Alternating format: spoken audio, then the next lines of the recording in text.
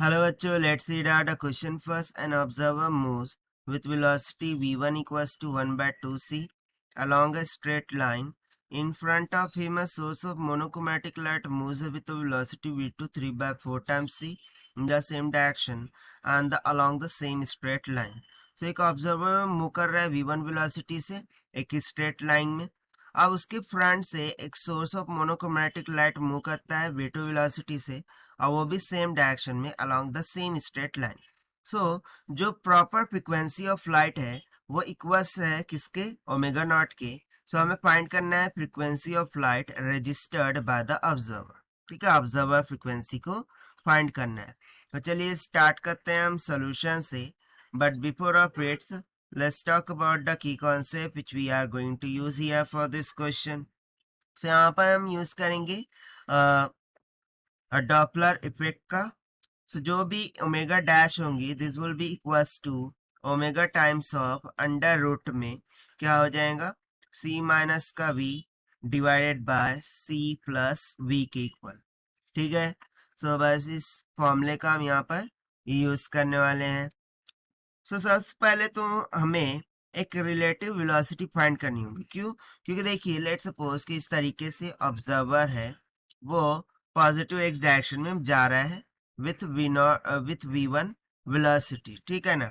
और वहीं पर एक सोर्स है, ठीक है, वो भी सेम डायरेक्शन में जा रहा है with source velocity of vs is equals to v2. ठीक है, सो ये दोनों सेम डायरेक्शन में स्ट्रेट लाइन में मूव कर रहे हैं और वो भी बहुत ही हाई स्पीड से, क्योंकि यहाँ पर सी टर्म आ गई. सी का मान कितना होता है 3×10⁸ मीटर पर सेकंड. सो इसके लिए हमें एक रिलेटिव वेलोसिटी निकालनी होगी. सो वो उसके लिए हम यूज करेंगे रिलेटिविटी थ्योरी का. So according to relativity theory इनकी रिलेटिव वेलोसिटी हो जाएंगी v and that will be equals to v2 minus का v1 डिवाइडेड बाय 1 माइनस में v1 into v2 divided by c का square. So this will be equals to v2 कितना है, so 3/4 times of c minus of 1/2c divided by हो जाएगा 1 minus का 3/4 times of c into 1/2 times of c divided by c का square. तो c square से c तो cancel हो गया. इसको यदि मैं सिंप्लीफाई करूं so we will be equals to 2 3 ज़ा 6 यानी कि हो जाएगा 6 माइनस का 2 6 माइनस 4 राइट. 4 2 ज़ा 8 लाना है ना. सो 6 minus 4 divided by 8 times of c और डिविडेंड में क्या हो जाएगा 1 माइनस का 3/8. 8 1 ज़ा 8, 8 में 3 चला गया 5, 8 से 8 कैंसिल, ऊपर बचा 2 यानी कि 2/5 टाइम्स ऑफ c के इक्वल आएगा. ठीक है ना. सो ये आ गई हमारे पास रिलेटिव वेलोसिटी का मान. बस अब हम सिंपली जो डॉपलर इफेक्ट है उसका फॉर्मूला लगा करके ओमेगा डैश कैलकुलेट कर सकते हैं, दैट इज ऑब्जर्वर फ्रीक्वेंसी.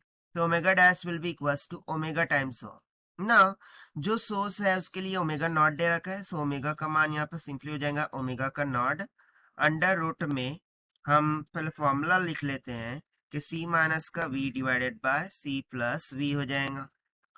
सो अब हम यहाँ पर वैल्यू सब्स्टिट्यूट करेंगे. तो यहाँ से omega dash will be equals to omega का नॉट अंडर रूट में क्या था हमारे पास c माइनस का v कितना आया है 2/5 times of c 2/5 times of c निकल के आया है. नीचे भी क्या हो जाएगा c प्लस का v यानी कि c plus 2/5 times of c. So on either numerator denominator c तो हो गया कैंसिल.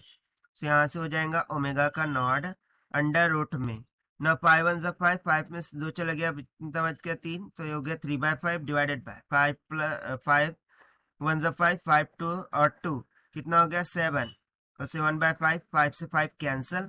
से यहाँ से मुझे जो ऑब्जर्वर की फ्रीक्वेंसी है ओमेगा डैश वो कितनी निकल के आ गई, omega not times of under root में 3/7 की इक्वल. और यही हो जाएगा हमारा आंसर जो कि हमने सॉल्व किया by using the Doppler effect concept. So this is the required solution. I hope you understood well. Best of luck. Thank you.